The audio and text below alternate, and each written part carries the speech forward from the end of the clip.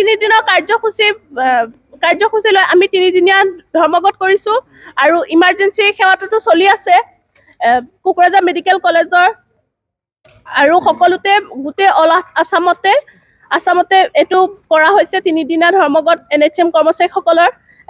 কৰ্মচাৰীসকলৰ চাকৰিটো নিয়মীয়াকৰণ কৰিবৰ কাৰণে এই পদক্ষেপ হাতত লোৱা হৈছে আৰু সকলোকে পে স্কেল সমান সপ্তম দৰমহা আয়োগ মতে পে স্কেলটো সমান কৰি দিবৰ কাৰণে কোৱা হৈছে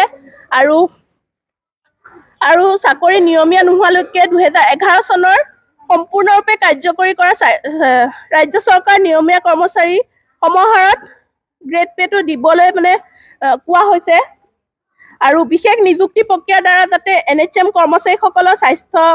স্বাস্থ্য বিভাগত যোনবিলাকত খালী আছে সেইবিলাকত নিযুক্তি দিয়াৰ কামটো যাতে ছাৰে হাতত লয় সোনকালে সেইটো কাৰণে এই 3 দিনীয়া কাৰ্যসূচীটো হাতত লোৱা হৈছে আৰু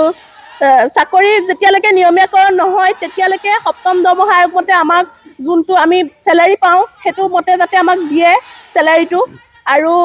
সকলোৱেতো গম পাইছে এতিয়া NHM কৰ্মচাৰীখিনি যিমান কষ্টত চলি আছে তেওঁলোকক এতিয়া যদি লোন ল'বলৈ যায় তেতিয়া লোনো নিদিয়ে চৰকাৰে ইমানখিনিও কৰি দিয়া নাই যে NHM কৰ্মচাৰীসকলে মানে পাৰিবগে বেংকত গৈ পেলাই লোন দিবলৈ সেইটো যে লোন নিদিয়ে তেওঁলোকে মানে লোনৰ হেৰি কৰিবলৈ আমাক মানে এলিজিবিলিটি নিদিয়ে মানে ধৰ যিসকল লোকৰ মানে চৰকাৰী চাকৰি আছে যিসকল লোকে ৰেগুলাৰ পাইছে চাকৰি পাইছে তেওঁলোকৰতো স্যালাৰি আমাতকৈ বহুত গুণে বেছি তেওঁলোকৰ সমানে আমি ডিউটি কৰি আহিছো 6 ঘণ্টা আমি মৰ্নিং ডিউটি কৰোঁ ইভিনিং ডিউটি 6 ঘণ্টা কৰোঁ আৰু নাইটতটো 8 ঘণ্টা 12 ঘণ্টা আমি ডিউটি কৰিবই লাগে তেওঁলোকৰ সমকামে আমি ডিউটি কৰিব লাগে তাতেতো কোনো মানে ধৰ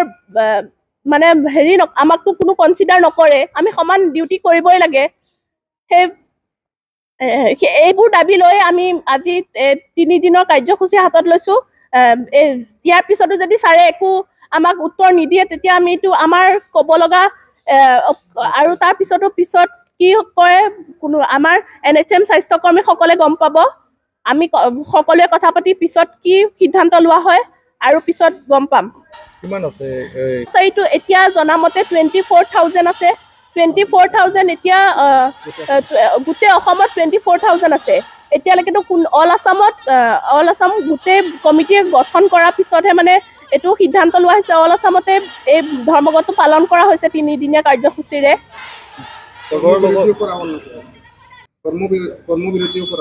কৰ্মবিৰতি 3 দিনৰ কাৰণে কৰা হৈছে 4, 5, 6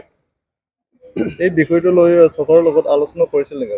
এই বিষয়টো লৈ পেলাই চৰকাৰৰ লগতো বহুত আলোচনা হৈছে কিন্তু এতিয়ালৈকে কোনো ৰিপ্লাই অহা নাই যোৱা 22 তাৰিখে যোনটো সচলত আমাৰ 20 তাৰিখে যোনটো সচলত ধৰ্মঘট হৈ গৈছে তাতো কোনো এতিয়ালৈকে ৰিপ্লাই অহা নাই এটো কাৰণে আমি সেকেন্ডতে মানে এটো ধৰ্মঘট 3 দিনীয়া ধৰ্মঘটটো পালন কৰিব লগা হ'ল ঠিক আছে বিষয় যে আমি মানে নিজৰ কৰ্ম এৰি পেলাই আজি কোকৰাঝাৰ মেডিকেল কলেজৰ মেইন গেটৰ সন্মুখত আমি বহিব লগা হৈছে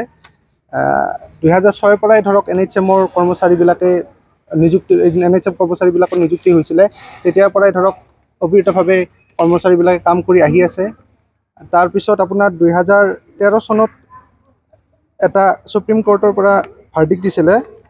যেটো ভাৰ্ডিক্ট নাম্বাৰ 213 তাতে আছিল equal pay for equal work তো সেইটো এতিয়ালৈকে আমাৰ মানে NHM কৰ্মচাৰীখিনি মানে NHM কৰ্মচাৰীৰ কাৰণে এইটো এতিয়ালৈকে লাগু হোৱা নাই যেটো চৰকাৰে কৰি দিম বুলি কৈছিলে আমি চৰকাৰক ৰিকুৱেষ্ট কৰিছো যাতে এই যেটো সুপ্ৰিম কোৰ্টৰ ৰায় যেটো অলৰেডি দিয়া হৈছে সেইটো যাতে আমাৰ কৰ্মচাৰীখিনিৰ লগত কৰ্মচাৰীক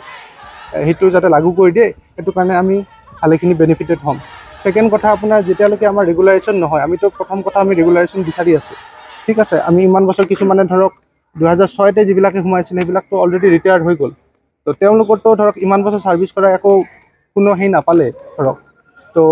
আমি বিচাৰিছো আমাৰ ইমান বছৰ কাম যেহেতু কৰিলো আমি আমাক যাতে ৰেগুলাৰাইজ কৰে ঠিক আছে বাকি যিবিলাক ডিপাৰ্টমেন্টত যেনেকৈ বেনিফিটবোৰ দিয়া হৈছে আমাকো যাতে দিয়ে এট পাছ ষ্টেট গভৰ্নমেণ্ট যিখিনি আপোনাৰ সাৰ্ভিস পাব লাগে যেনে বেংক লোন হওক হাউচিং লোন হওক আপোন ঘৰ আমি আপোন ঘৰ নাপাওঁ এটা এটা বহুত দুৰ্ভাগ্যৰ বিষয় অথচ আমি ডিউটি একে সময়তে আমি ডিউটিত সোমাও একে সময়তে আমি ওলাই যাওঁ OPD ডিউটি যেতিয়া পৰা ষ্টাৰ্ট হয় তেতিয়া আমি OPD ষ্টেট গভৰ্নমেণ্টৰ যিজন ডক্টৰে যিখিনি সময়ত যায় সেইখিনি সময়ত আমিও যাওঁ এনেকুৱা নহয় যে আমি NHMৰ চাকৰিৰ NHM-ত কাম কৰোঁ, আমি দৰমহা কম পাওঁ কাৰণে আমাৰ মানে 2 ঘণ্টা অলপমান ৰিলেক্সেশ্যন থাকে, এনেকৈ একো নাথাকে। যেনেকৈ আপোনাৰ নাৰ্ছ বাইদেউসকলে কৈছে, তেওঁলোকে ৰাতি নাইট ডিউটি 12 ঘণ্টা কৰে। তো আমাৰ কৰ্মৰ ক্ষেত্ৰত আমিতো যিমানখিনি কৰিব লগা আছে সেইখিনি কৰি আছোঁ। গতিকে ডিমাণ্ডছবিলাক যাতে আমাৰ ফুলফিল কৰে, বিশেষকৈ ৰেগুলাৰেশ্যনটো যেতিয়ালৈকে নহয়, আমাৰ ফৰ্মাৰ হেল্থ মিনিষ্টাৰ তেখেতে কৈছিলে, মোটামুটি 2016 মানত কৈছিলে চাগে, মই চনটো ঠিক মনত নাই, যে আমাক যেতিয়ালৈকে ৰেগুলাৰাইজ নহয় তেতিয়ালৈকে আমি 7ম দৰমহা আয়োগ মতে দৰমহা প্ৰদান কৰা হ'ব NHM কৰ্মচাৰীক। কিন্তু সেইটো এতিয়ালৈকে আমাৰ লগত মানে ঘটা নাই, ধৰক আমি পোৱা নাই তেনেকুৱা। এতিয়াতো নেক্সট ইয়াৰ 8 পে কমিশ্যন আহি যাব, আমি 7 পে পোৱা নাই। ছেকেণ্ড কথা আপোনাৰ সেইটো কৈ দিলোঁ আপোনাক, এইটো কথা। তাৰপিছত আপোনাৰ যিখিনি ভেকেঞ্চিজ আছে বা যিখিনি আছে নতুন ভেকেঞ্চি ওলোৱাতকৈ আমাৰ যাতে পুৰণা NHM যিখিনি কাম কৰি আছোঁ আমি, সেইখিনিক আগতে নিযুক্তি দি পেলাই তাৰপিছত নতুন